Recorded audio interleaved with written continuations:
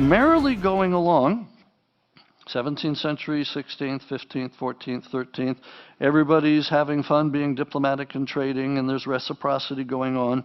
And then into this, a little chaos was dropped.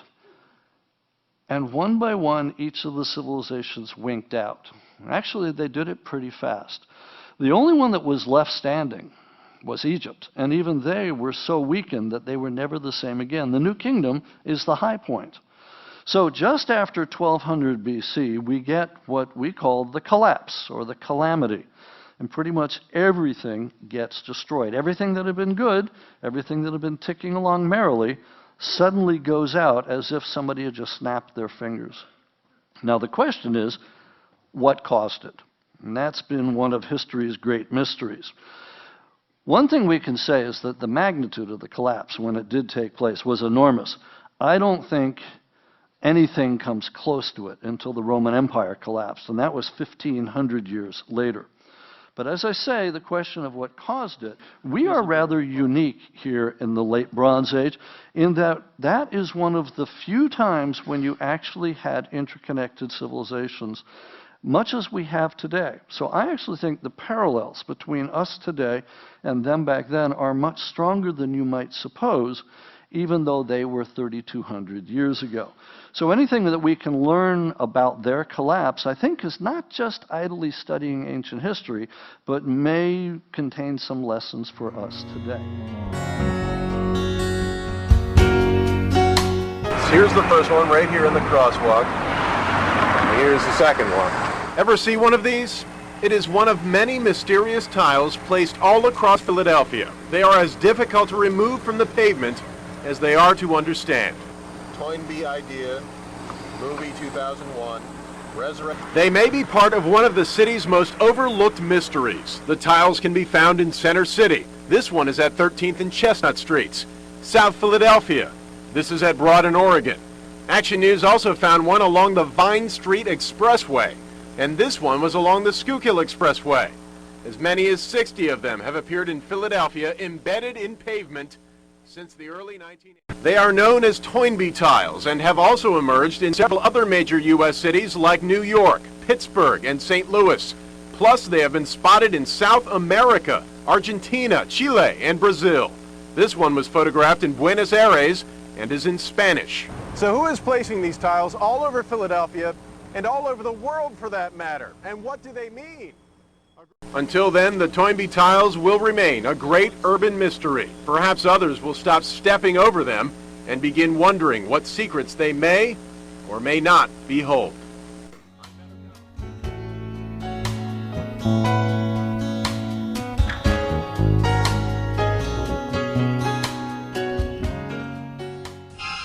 July 1960. While flying over a remote section of northern Canada, a Canadian aircraft patrol pilot suddenly encountered the huge shape of a strange, unknown giant. But what was it? And where did it come from?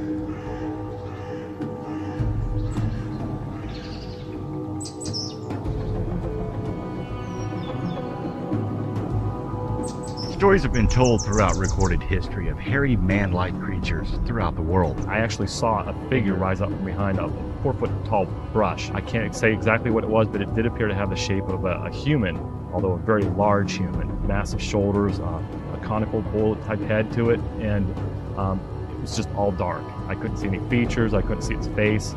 The modern-day search for Bigfoot began in the 1950s. So why haven't we been able to capture or document a creature so far?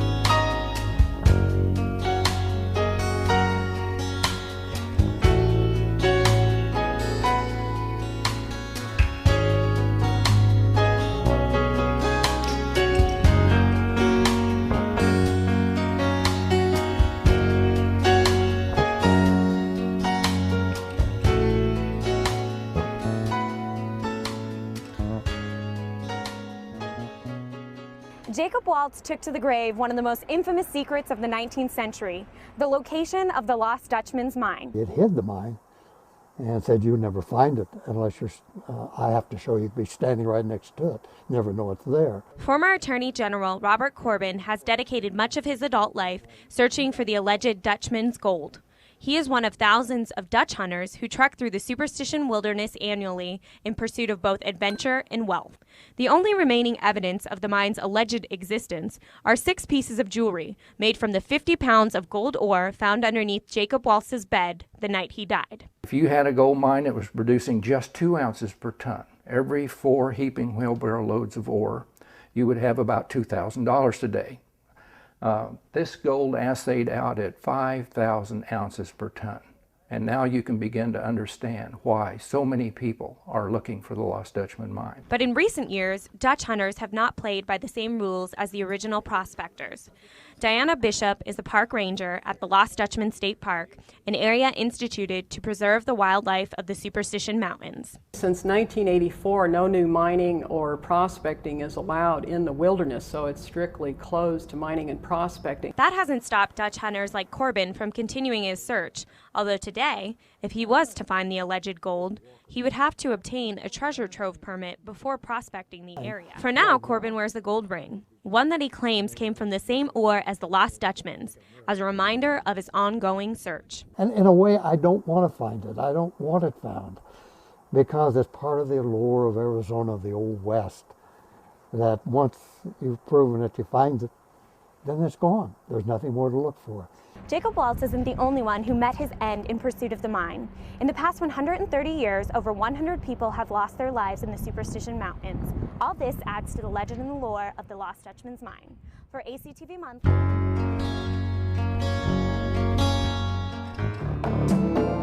Santo Domingo, the main port and capital of the Dominican Republic, was founded in 1496 by Bartholomew, the brother of Christopher Columbus.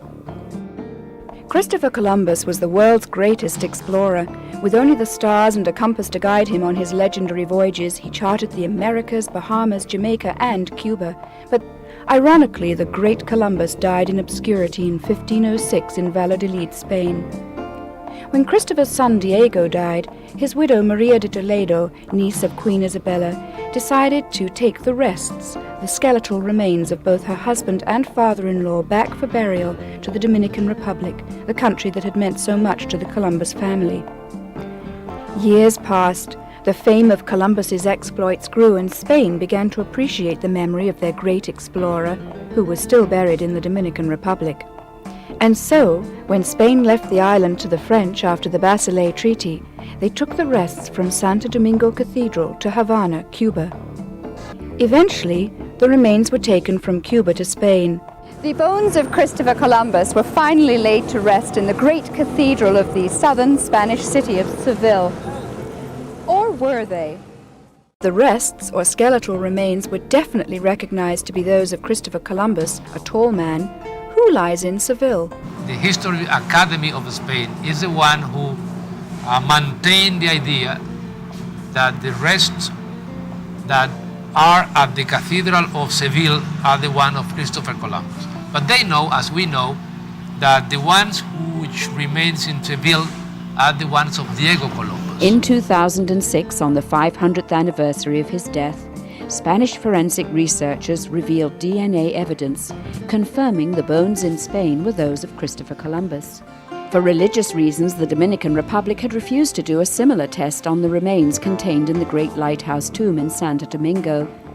But given that the bones were moved so many times, it's probable that Columbus has skeletal remains in both countries.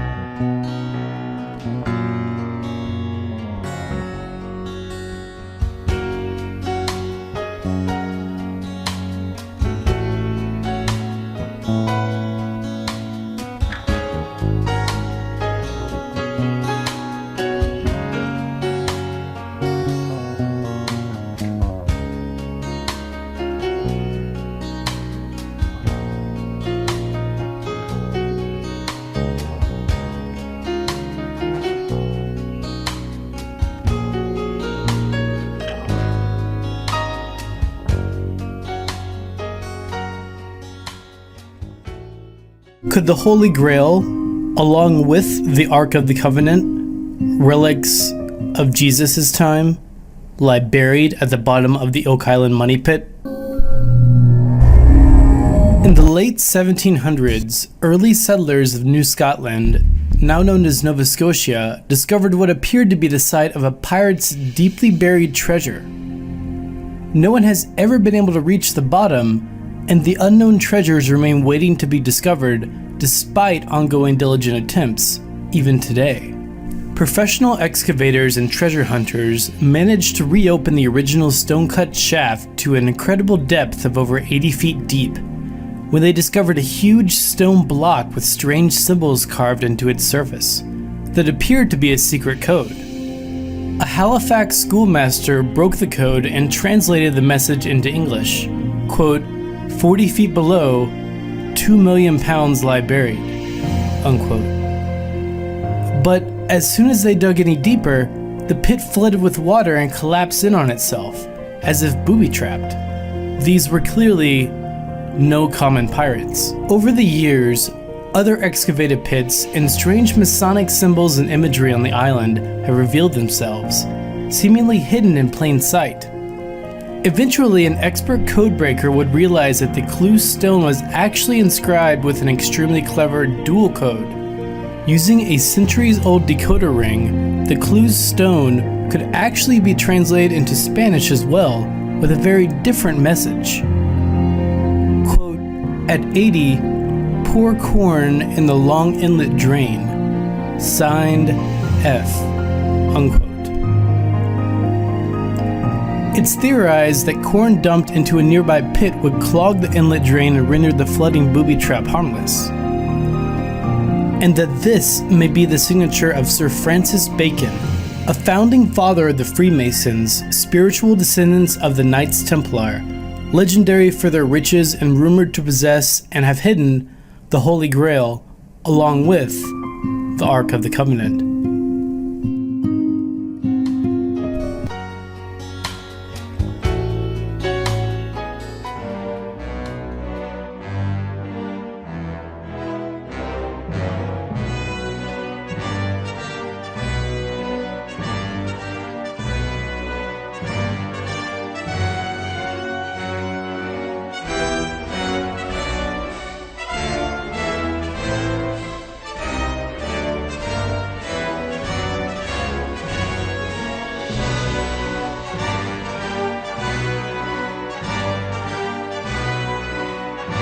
Adolf Hitler and the Nazis perpetuated this premeditated theft. As part of Hitler's plan to construct the world's greatest museum in his hometown and then fill it with the most important masterpieces, Nazi organizations were formed to systematically rob individuals, churches, and museums.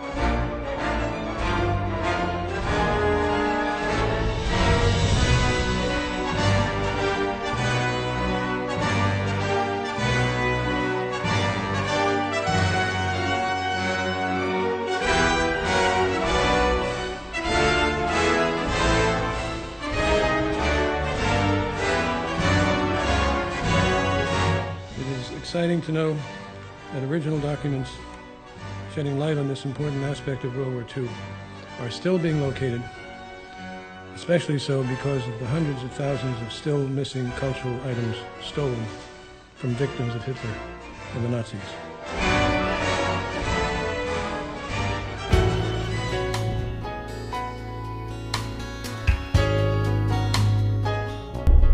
How could an entire ship's crew suddenly vanish as if out of thin air? The mystery of the Mary Celeste still remains one of the greatest maritime mysteries of all time. The ship is most famous for being mysteriously discovered out in the middle of the Atlantic Ocean in 1872 in perfectly fine sailing condition, with absolutely no crew, no signs of struggle, and about 6 months worth of supplies. It's as if the crew had just vanished. The lifeboat was missing from the ship, as well as part of its cargo, which consisted of large oak barrels of commercial alcohol. All of the personal belongings of the crew, as well as a 6-month supply of food and water, were found on board, countering the notion that pirates had attacked the ship, as they would have taken much more. Can you imagine just sailing up to a huge abandoned ship in the middle of the Atlantic Ocean with no one on board? Creepy, isn't it?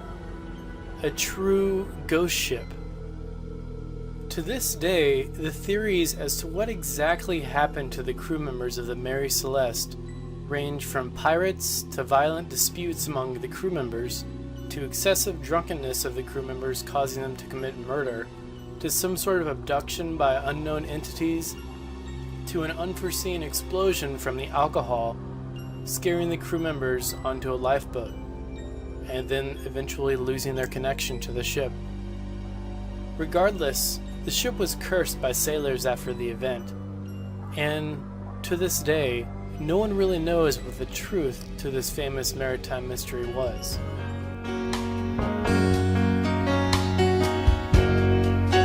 It's 53 BC in Rome. Rome is ruled by Julius Caesar, Marcus Crassus, and Pompey Magnus. Crassus decides to lead 35,000 men, 35,000 legionaries, into modern-day Iran, or Parthia as it was known. What they didn't expect was the mobility of the Parthian horse archers and cataphracts. What was supposed to be glorious turned into a rout. Romans fought desperately all day in the desert, were finally overcome by the superior mobile tactics of the Parthian horse archers. 10,000 men were captured and taken into captivity. They survived and were later taken to China to fight on the border between Iran and China, onto the Silk Road, and finally were defeated by the Han. The Han, so impressed by the Roman fighting technique, spared them and took them back to the centre of China. And so it is rumoured to this day that the descendants of those lost legions are still alive today in Lijiang. You make up your own mind.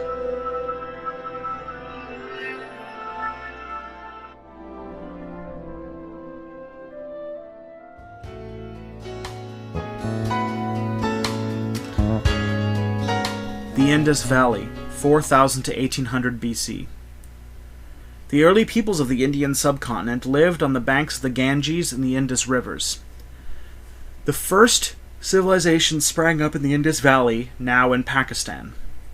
The two largest cities of the Indus Valley around 2000 BC were Mohenjo-Daro and Harappa, each with around 40,000 people.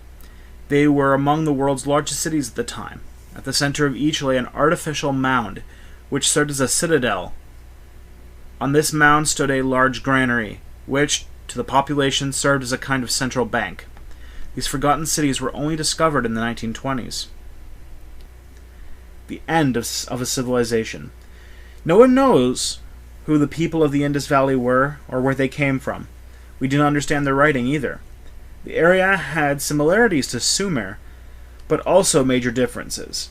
The city dwellers traded with the cities of Sumer. They also traded with the tribespeople of India and Central Asia. The Indus Valley civilization lasted 800 years, but came to an end around 3,700 years ago. No one knows why it ended. But there are possible causes: floods, disease, a breakdown in trade, the economy, or civil disorder, immigration, or takeover by the Aryans who moved into India from Central Asia. All trace of the cities lay buried under sand until they were rediscovered in the 1920s.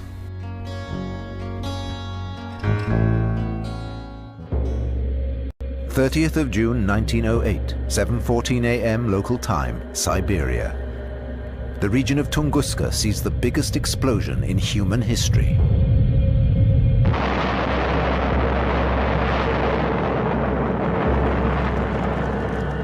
In 1 hour, the explosion and the great fire that followed destroy a region of forest the size of Greater London. People who observed that thought the end of the world had come, Judgment Day, divine intervention.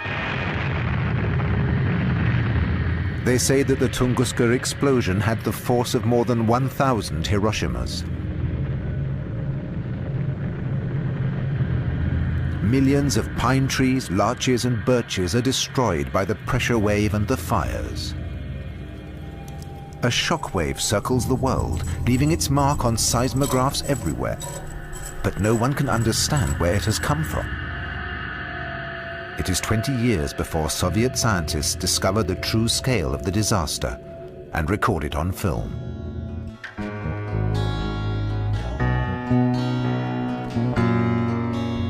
Sailors who have thought themselves mightier than the seas have paid a terrible price.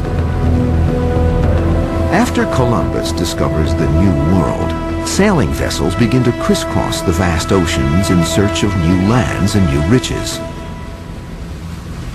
Mariners seeking the silk and spices of the Far East sail around the southern tip of Africa, the Cape of Good Hope. Often battered by severe storms, navigating the Cape is a most treacherous undertaking. Here, legend says, is born the story of the most famous of all ghost ships, the Flying Dutchman. Her story begins in 1680, when a Dutch captain named Philip Vanderdecken swears a curse against God that he'll succeed in rounding the Cape if he has to keep trying until Judgment Day. The ship and her crew never return home. But they are seen again, not as flesh and bone or wood and canvas, but as a spectral vision, a seagoing ghost. Sailors return home and tell of seeing the Flying Dutchman and her cursed crew, often before experiencing a disaster of their own.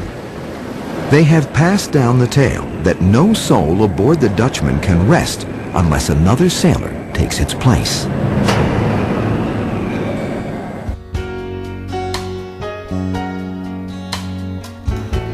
I'm Albert Lin. I'm a research scientist at UC San Diego and a National Geographic Emerging Explorer. The project that I work on specifically with geoimagery involves a search for the tomb of Genghis Khan, his sons and his grandsons, in the northern part of Mongolia, in a land that hasn't been traveled to extensively or hasn't even been investigated for 800 years.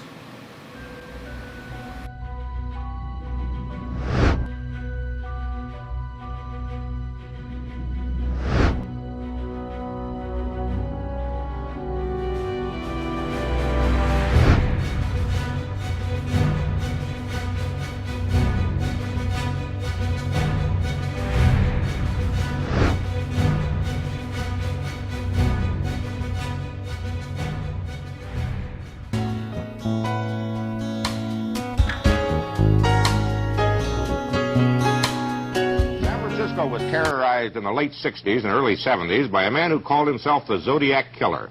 He claimed 37 murders. Police confirmed at least 6. 4 years ago, the killing stopped, and so did Zodiac's letter. Now there's another letter. For that, Tom Shell. San Francisco police displayed a blackboard with excerpts of the latest Zodiac letter at a news conference last night. Police are convinced it's authentic.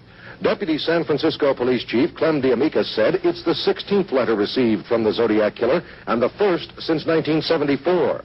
Letter number 16 has breathed new life into the investigation of at least 6 murders blamed on the Zodiac. Old files will be reviewed again. For the last 9 years, the Zodiac investigation has been headed by Homicide Inspector David Tusky. I have always felt a gut feeling that he was not dead and that he was out there somewhere and that he would communicate. I was always hoping that he would communicate and not commit an act. A letter I can handle. The latest letter from the Zodiac poses more questions than it answers. Questions like, why has he only communicated twice in the past 9 years? Has he killed in that time? No clues in the latest letter. But more importantly, who is the Zodiac and where is he?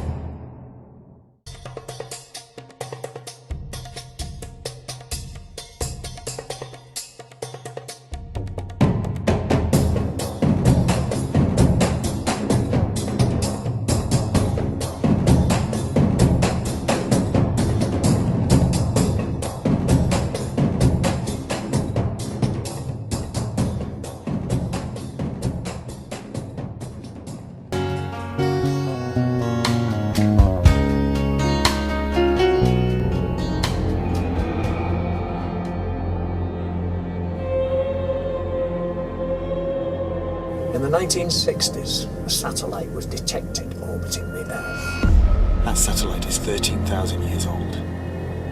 We need to know who built it and what it's doing up there.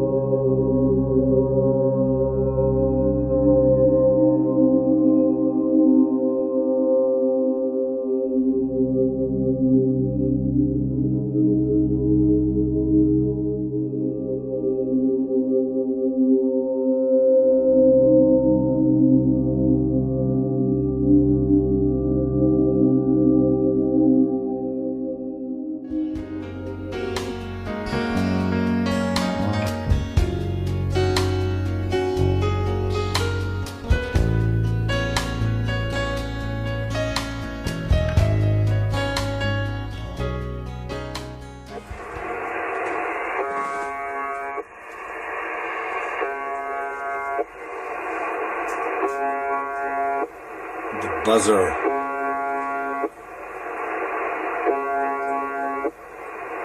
Nobody knows exactly what it is. Is it an old Cold War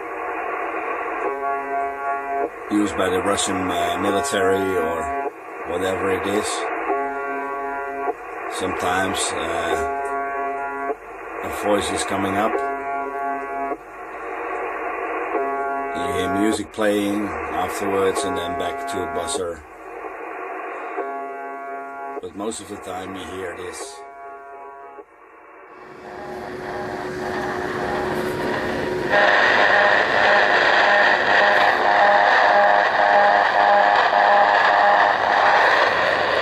So this is the buzzer, for all of those that wonder what this is.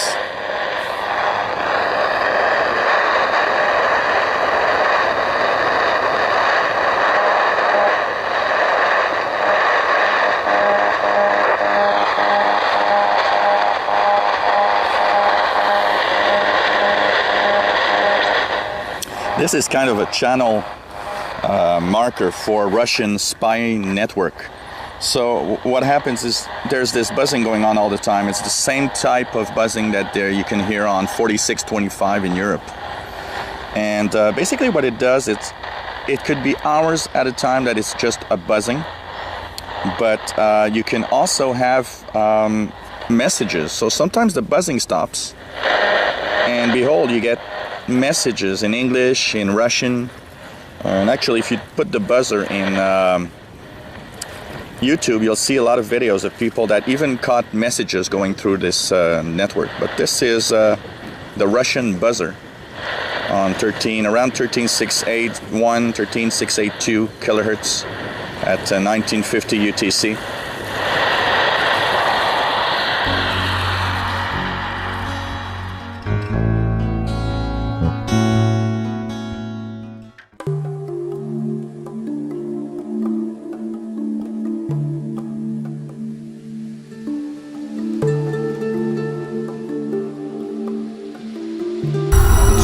Spiders, spooky images show entire paddocks covered in a blanket of cobwebs after a bizarre natural phenomenon called angel hair.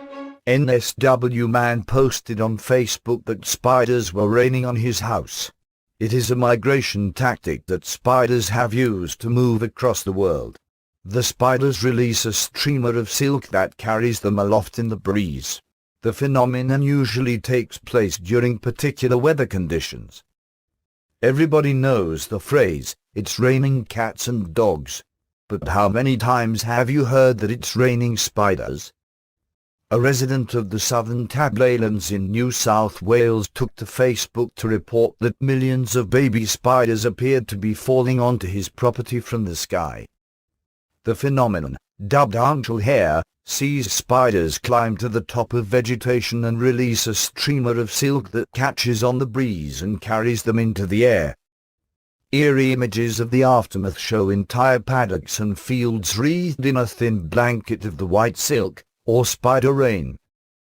You can clearly see hundreds of little spiders floating along with their webs, and my home is covered in them. Someone called a scientist. The horrified man said he tried to capture an image of the spectacle, but you couldn't make them out in the sky because of the sun.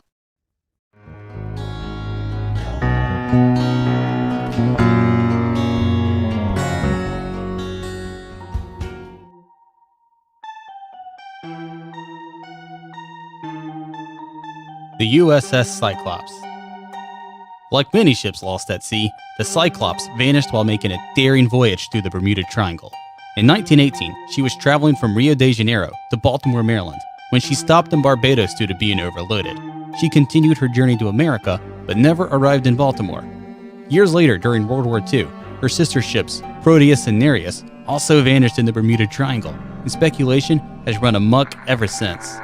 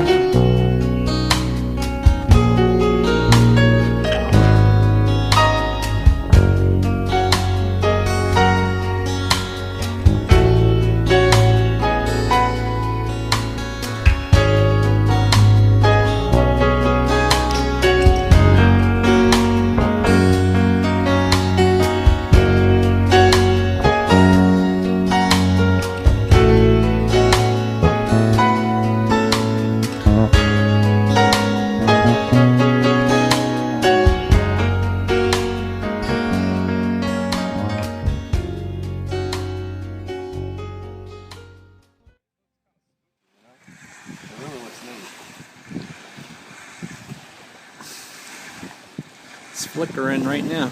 You want me to get a video of you? Oh, no, I'm good. Look at it. Yeah, it sure is. You ought to shoot a video of that. I don't know what's causing that big break.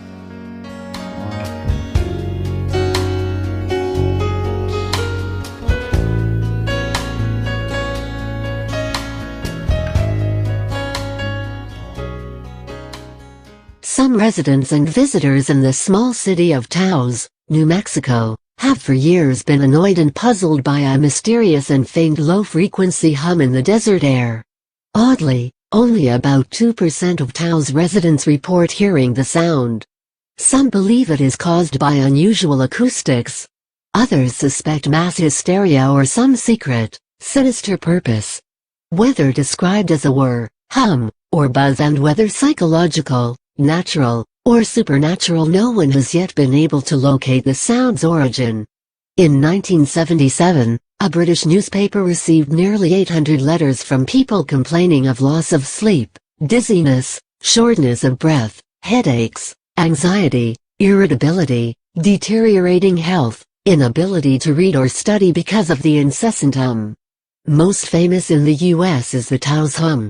There the annoyance was so acute for the hearers in Taos, New Mexico, that they banded together in 1993 and petitioned Congress to investigate and help them find the source of the noise.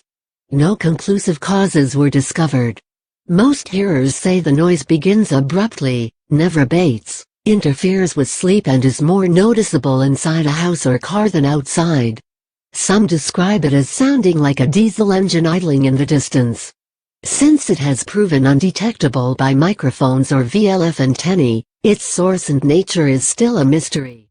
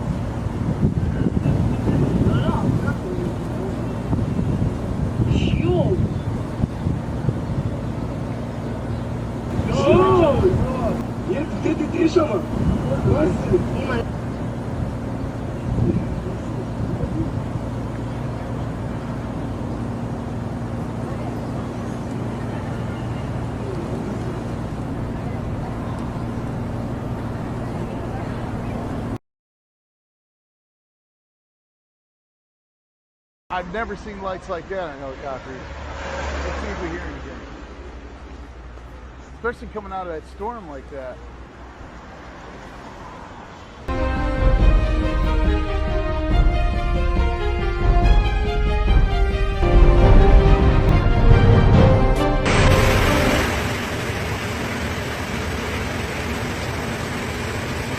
Check that out.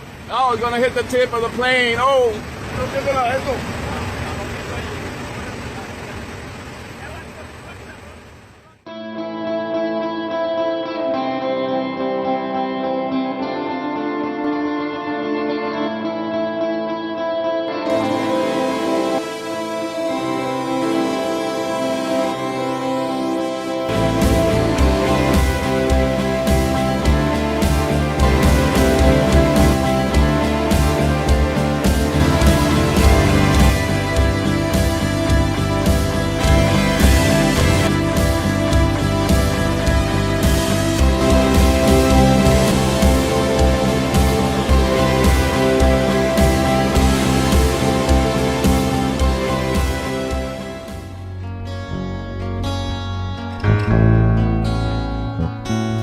In the Chinese region of Mount Beigong, one can find many strange structures that don't seem to belong in this desolate area. In 1998, two American scientists looking for fossils were exploring the region and came across a myriad of metallic pipes. Chinese scientists have determined the pipes to be around 150,000 years old, and that some of the pipes are radioactive. Even more pipes were discovered protruding from the bottom of a nearby lake, as well as on the lake's shore. Similar structures have been found in the Jurassic sandstone of the southwestern United States, known as the Navajo pipes, as well as the Florida parishes of Louisiana, known as the Louisiana cylinders. There are many theories as to what these mysterious pipes actually are. There are those who say the pipes are evidence of time travel or evidence of ancient aliens on Earth. Some suspect the pipes are a left-behind plumbing system of a forgotten advanced society long ago. A chemical analysis of the pipes revealed that they consisted of iron oxide, silicon dioxide, and calcium oxide.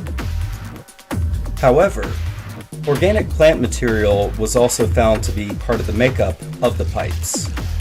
In addition to this, fossilized rings were observed in the pipes that were very similar in appearance to tree rings.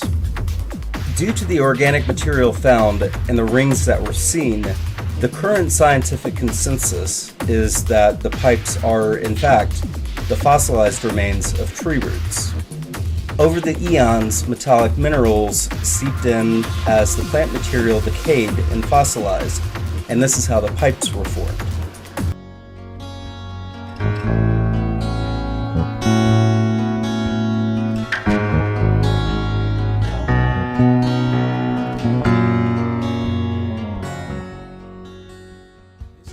That are yet to be explained. Fossils are left behind bones or shells from prehistoric organisms that have been retained as a mold or simply become embedded into a rock. Fossils are formed when a plant or animal die in a damp environment and become buried in mud or silt.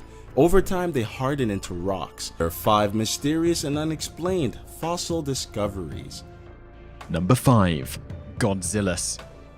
What is so mysterious about the fossil, besides being a giant amongst small fossils, is that it is unclear what exactly Godzillus is.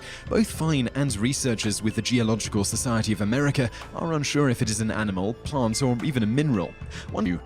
Number 4. Denisovans are species of humans that went extinct a few 100,000 years ago. To be exact, Denisovans were only known to scientists when the DNA of the extinct species was discovered in Siberia and were apparent to be 80,000 to 100,000 years old. A fossil, specifically a thigh bone, that was thought to belong to a Neanderthal, was found in a Spanish cave. Number 3. The Tully Monster. In 1958, an amateur fossil collector named Francis Tully was looking for fossils in a mining pit in northeastern Illinois. That is when he came across fossils of a 6-inch marine organism that was worm-like, but coming out of the head there was a claw-shaped appendage and the tail was shaped like an arrow. After Tully made his discovery public, other people started to find fossils of what they called the Tully Monster in the area. The scientific name of the animal is Tullymonstrum gregarium, and it has been troubling scientists since its discovery. Number 2. The 1961 Coastal Mystery. A group of people who owned a geoshop were in search of a mineral to add to their collection. Instead, they came across a rather interesting and mysterious artifact found in Lancia, California. The specimen was said to be an ancient spark plug encrusted with fossil shells, which apparently resembled 2 non-metallic objects, a nail and a washer. Number 1. The Red Deer Cave People. In 1989, miners were quarrying limestone at Maludong near the city of Mengzi in southwest China when they came across at least 3 sets of fossils.